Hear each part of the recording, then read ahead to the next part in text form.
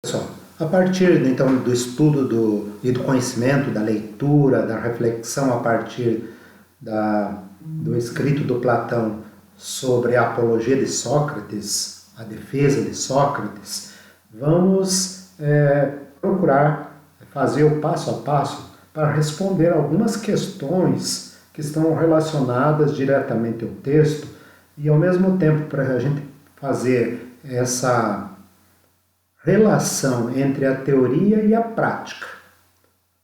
A preocupação principal do Sócrates era fazer com que as suas reflexões, com que a sua filosofia não fosse uma filosofia separada da vida real das pessoas, mas que essa filosofia pudesse estar imbuída de vida, que essa filosofia pudesse ser transformadora e trazer felicidade, liberdade, justiça, vida, sonhos, trouxesse qualidade de vida para as pessoas.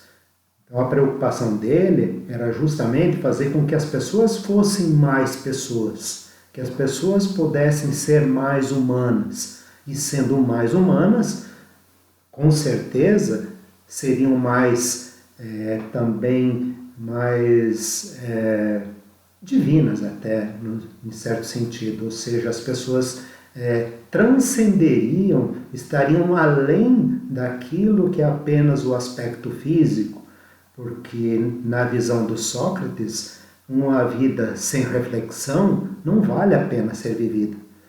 Seria apenas vegetar, passar por essa vida e não ser alguém que realmente vive, que deixa sua marca, que tem prazer de viver, que não fica adiando sua vida para depois, que às vezes nunca chega, né? E isso ele já parte da juventude. Quando se dizia que jovem é o futuro, Sócrates vem dizer, não, jovem é o presente. Vocês estão vivendo a melhor parte das vossas vidas, então toda a sua inteligência, toda a sua força, todos os seus dons, suas capacidades devem ser para que você ajude a melhorar o mundo e que o mundo também venha contribuir para que você seja melhor. Então temos aqui a primeira pergunta. Segundo Sócrates, qual o papel do filósofo? O papel do filósofo é justamente fazer com que as pessoas saiam da alienação, que as pessoas descubram que são capazes de fazer suas próprias escolhas, que as pessoas devem fazer escolhas livres, responsáveis, escolhas que vão além daquilo que as outras esperam da pessoa, que a pessoa não fique presa a como se fosse um quadradinho onde as pessoas são encaixadas, são formadas, né? Às vezes a gente fala em formação das pessoas, mas formação não é colocar alguém para que seja modelada. A pessoa deve ir além daquilo que é dado. Então, qual que é o papel do filósofo? Trazer liberdade, ser meio que um parteiro, né? Um parteiro em que sentido? Fazer com que as pessoas possam refletir, entrar dentro de si e descobrir coisas novas, possam ser capazes de criar coisas novas, sejam capazes de descobrir seus talentos, seus dons, quanta coisa, quem sabe, cada um de nós, vocês principalmente jovens, tem talentos que vocês ainda não descobriram, estão lá, às vezes estão ali, precisam de um esforçozinho aqui, ali, estudo, descoberta, para que possam realmente se tornar mais pessoas, mais felizes, mais realizados e tenham esperança em viver e possam cada dia ser uma nova oportunidade e até os desafios serem uma oportunidade de poder superar. Então esse é o papel do filósofo, ser o parteiro, aquele que ajuda a pessoa a parir coisas novas e boas para si próprio. E no outro sentido também descobrir que ninguém sabe tudo e que nunca vamos saber tudo. Por isso o filósofo é o amigo da sabedoria, não é o dono da sabedoria. É aquele que busca conhecer, que tem prazer em conhecer. E que esse prazer também às vezes passa pela dor, como o parto, né? A mãe que está para dar à luz. Ela tem o sofrimento, mas a alegria da criança é tão grande que justifica até o sofrimento naquele momento. Tá? A número 2. Como podemos entender a afirmação de Sócrates de que a vida sem reflexão não vale a pena ser vivida? Veja bem, então temos aqui essa frase, né? Aqui essa frasezinha aqui, dizendo a vida sem reflexão não vale a pena ser vivida. Por quê? Porque nós somos seres humanos. O ser humano tem que pensar, tem que refletir, tem que ter momentos para si próprio. Às vezes nós temos tempo para tudo, menos para nós mesmos. Temos tempo para o trabalho, temos tempo para outras coisas, mas quando se trata de a gente ser feliz, a gente não tem tempo. Então, se a gente não pensa, se a gente não é uma pessoa que reflete, não é uma pessoa que questiona as coisas, é uma pessoa que só faz o que os outros pensam, que faz o que os outros determinam. E aí você deixa de ser um sujeito, você se torna um objeto. Qual que é a diferença de um ser humano? É ser sujeito, é ser autônomo, é ser capaz de dar a lei para si próprio. É aquele que é capaz de dizer, eu vou caminhar por aqui porque eu estou convencido disso. E para que a gente tenha convicções, se a gente não parar, não ler, não estudar, não buscar dentro de si mesmo, não ter momento de reflexão, quem sabe ter momentos de espiritualidade, a gente passa a ser pessoas vazias. Pessoas que às vezes fazem muito barulho, muita conversa, mas dentro de si próprio não sai nada de novo dentro da pessoa. Às vezes tem pessoas que falam tão pouco, mas falam pouco, mas tudo o que falam tem uma significação muito grande. Porque não é só pela palavra, as pessoas também se manifestam pelos gestos, pelo modo de ser, pelo respeito, pela educação. E isso, às vezes, exige que a pessoa trabalhe. Nós somos como uma joia preciosa. E quem que é o artista que faz essa? Nós mesmos. É isso que o Sócrates está dizendo. Nós somos o artista e a obra somos nós mesmos. Então nós vamos moldando a nossa vida. Então nós somos o resultado das escolhas que nós fazemos todos os dias. E como é que nós fazemos essas escolhas? A partir da reflexão. Se nós não fazemos essa reflexão, se não fizermos essa reflexão, quem pensa são os outros. E nós agimos como sendo objeto. Tá? Como Sócrates responde às acusações que lhe são feitas? Apenas com a verdade. Ele não tem medo da verdade. Ele se coloca de corpo e alma, a sua vida, as suas teorias, tudo diante do... Ele fica meio que despido na frente do júri, porque ele está convicto do que ele acredita. Então ele não foge, ele não tem medo. Não que ele não seja humano, que ele deve ter tremido, mas as verdades, aquilo que ele acreditava era tão forte que ele foi capaz de resistir às acusações e não fugir. Veja que ele recebeu várias alternativas. Diziam assim, se você topar o exílio, ir para outro lugar do mundo e nunca mais voltar aqui, nós te livramos da morte. Se você topar ficar calado, não ficar mais falando aí para a juventude, não ficar nos questionando, não ficar trazendo essas verdades que nos incomoda tanto, também nós te livramos da morte. Também nós podemos até arrumar recursos, você que é tão pobre, né, podemos arrumar recursos para que você tenha muito dinheiro, tenha uma vida boa, ou outra alternativa, se você se retratar dizendo que você não disse, ou o que você disse era tudo mentira, que não era aquilo que você queria dizer, também nós te livramos da morte. Em nenhum momento Sócrates volta atrás, ele prefere morrer, ele enfrenta a morte até o fim, mas não volta 1 milímetro nas palavras que ele disse. Quais as acusações feitas a Sócrates? Então, são 2 principais acusações. Uma, corromper a juventude. Numa época em que se acreditava que quando uma criança nascia, ela já trazia consigo o destino, estava escrito o que ela seria. Então, ela agisse ou não agisse, o que era para ser, seria. Então, não era aquilo que a pessoa escolhia, não era que a pessoa se tornava aquilo como fruto de suas escolhas. Não, eles acreditavam aí que os deuses já deixavam escrito. A criança já nascia e segundo os mitos gregos, então ela já nascia e já iam consultar os deuses para saber qual será o destino. Aqui Sócrates está dizendo, não, vocês têm a capacidade de pensar, juventude, jovens, vocês têm a capacidade de raciocinar, vocês podem fazer caminhos diferentes, vocês vão ser aquilo que vocês quiserem ser e que vocês lutarem por ser. Então, isso desagradou a sociedade. Aqueles que dominavam, que tinham o poder na mão, que apenas os jovens só diziam amém e que agora não aceitam essas imposições, então não ficam muito bravos no Sócrates. Então acusam ele de estar corrompendo os jovens e também acusaram ele de não seguir as leis de Atenas que determinavam que os deuses deveriam ser respeitados. Então, por um lado, a acusação de corromper os jovens, por outro lado, acusavam ele de ser ateu porque não seguia os deuses de Atenas. Mas ele dizia, mas eu não estou dizendo que não deve acreditar em Deus, né?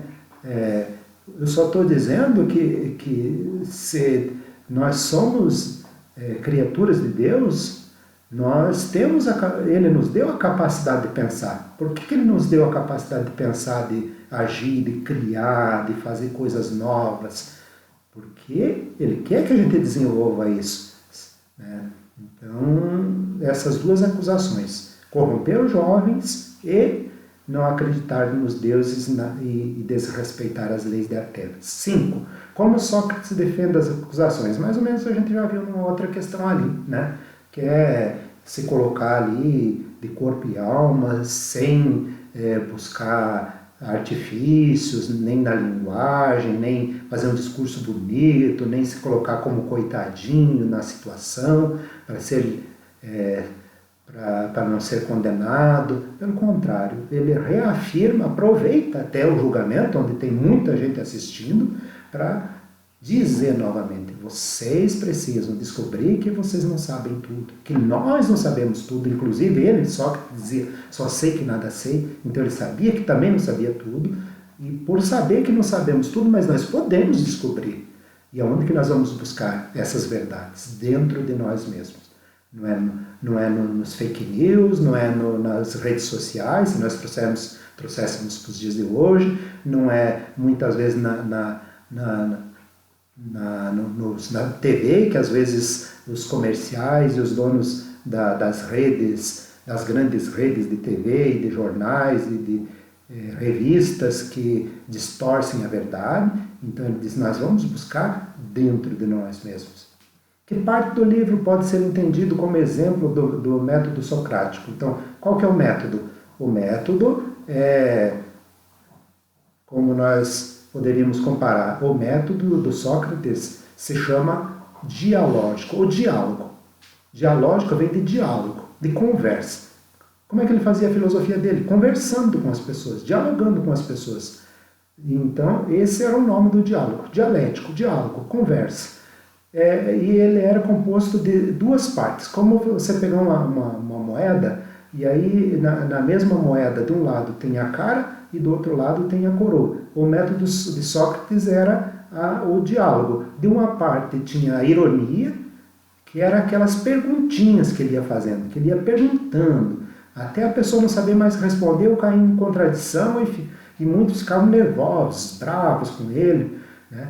Mas no segundo momento, Sócrates tinha outro lado da moeda, o outro lado do método dialético, dialógico, que era a questão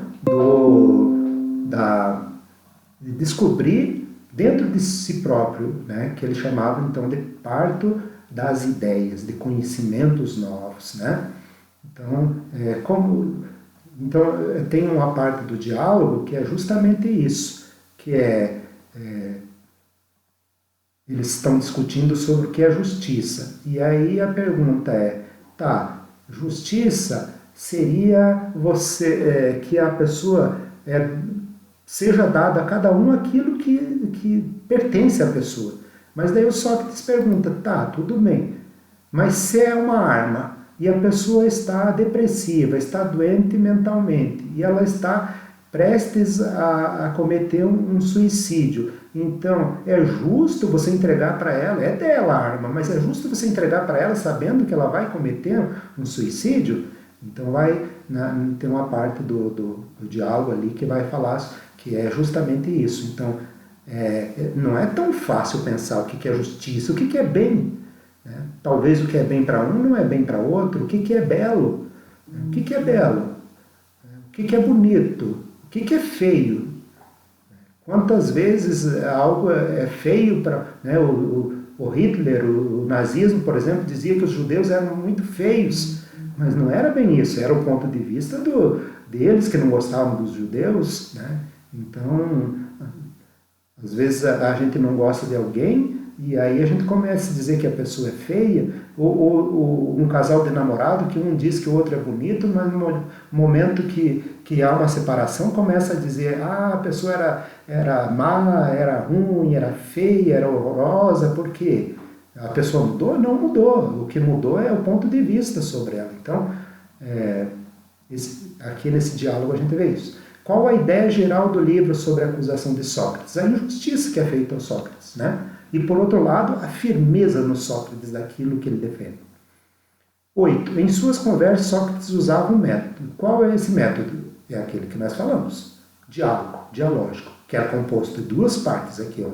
De um lado, era as perguntinhas, que chama de ironia, e do outro lado, o parto das ideias, que é a maiêutica. Então, o método é o mesmo, dialógico, diálogo, que ele conversava com as pessoas, e por um lado ele questionava as pessoas, por outro lado ele fazia com que a própria pessoa que descobria que não sabia tudo, levava a pessoa a refletir e buscar conhecimentos que ele não sabia que tinha dentro dele mesmo, né? Então era o parto das ideias.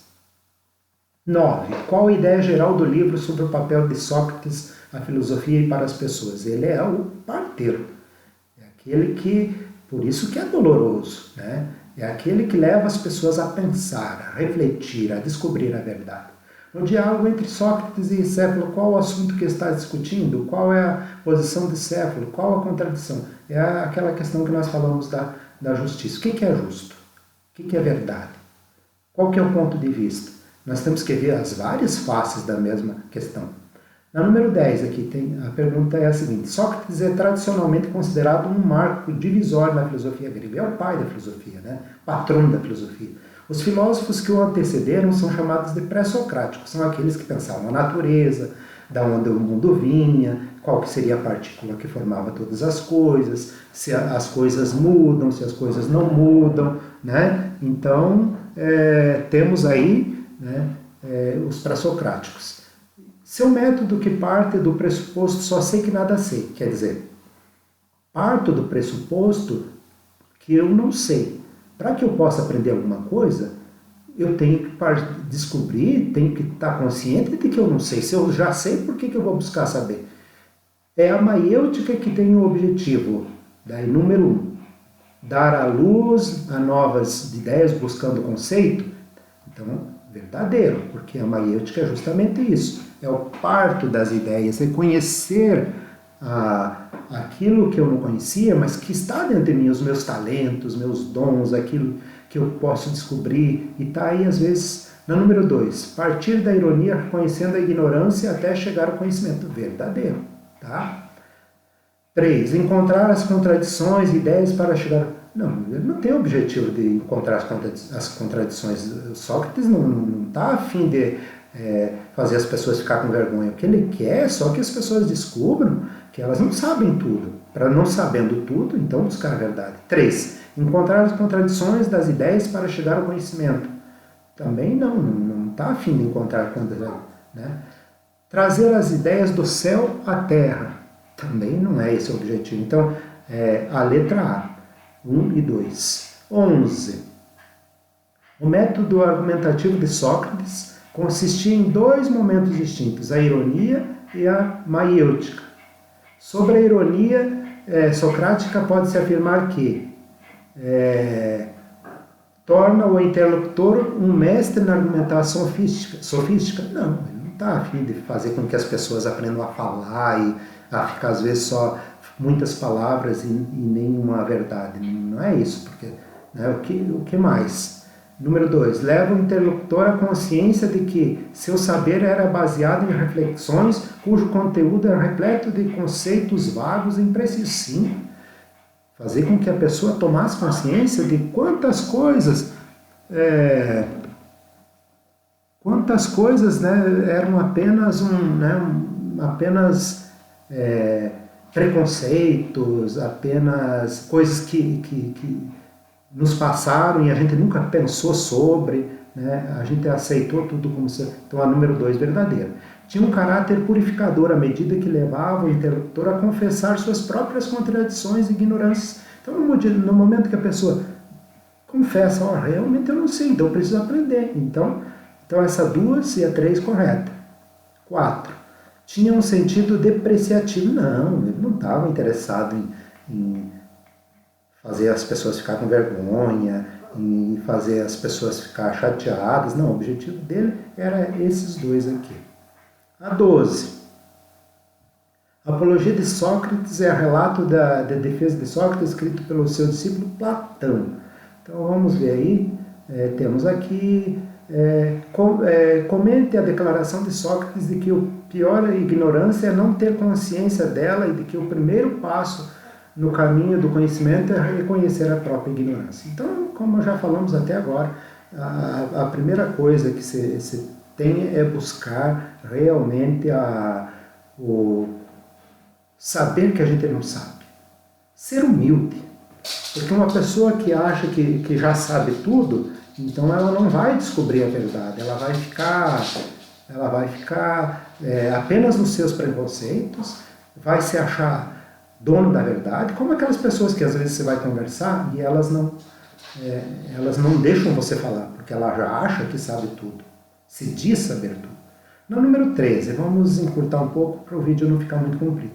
Marque a alternativa que melhor representa o método socrático.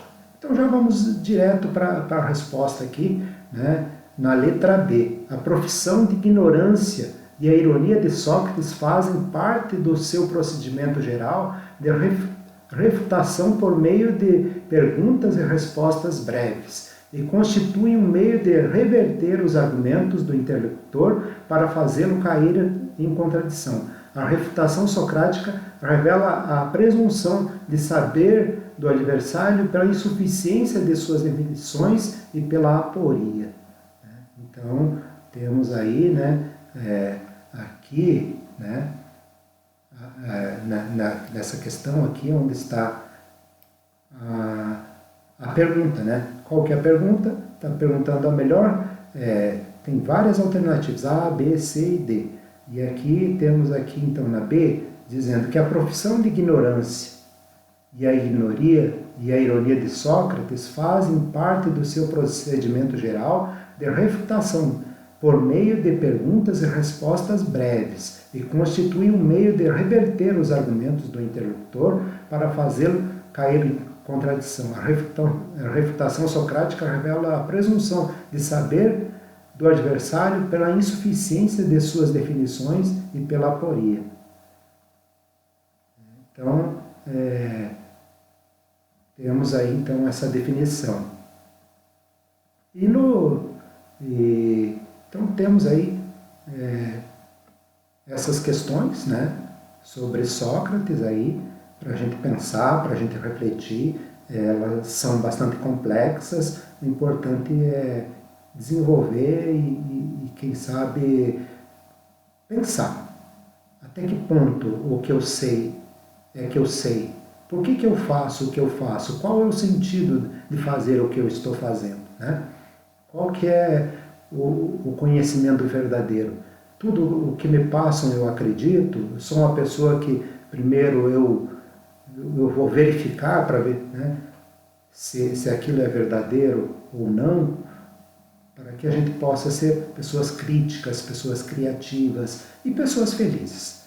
A grande preocupação do Sócrates é que as pessoas possam encontrar sentido para viver. E esse sentido não é apenas nas coisas materiais, mas também no conhecimento, na cultura, no respeito consigo mesmo, nos sonhos, em descobrir novos talentos, novas habilidades que você tem e porque na medida que você faz bem feito alguma coisa, você vai ser admirado por aquilo que você faz. E ao mesmo tempo, ao ser admirado, também você se motiva a fazer melhor aquilo que você faz. Não interessa o que você faz. Tudo é importante, tudo é necessário. E importante é que você seja bom naquilo que você faz. E que você, é como um artista, ele sempre acha que ele podia fazer melhor. E realmente. Então a gente nunca vai parar. Do começo da vida até o final da vida, é justamente isso. E saber que a morte não é o fim, né? Que nós estamos para além da morte. O ser humano não é um ser que fica apenas limitado ao aspecto físico. Ele tem algo que vai além. E é isso que Sócrates quer mostrar. É por isso que Sócrates aceita morrer, porque sabe que com a morte não vai acabar aquilo que ele pregava. Tanto é que nós estamos discutindo aqui, né? Sócrates, aí, uns 4 séculos antes de Cristo, e nós estamos agora em 2020, então estamos passando aí por dificuldades, essa pandemia, mas temos que pensar para além dessa situação, saber refletir, saber pensar, tá? Então, muito obrigado a todos e bons estudos.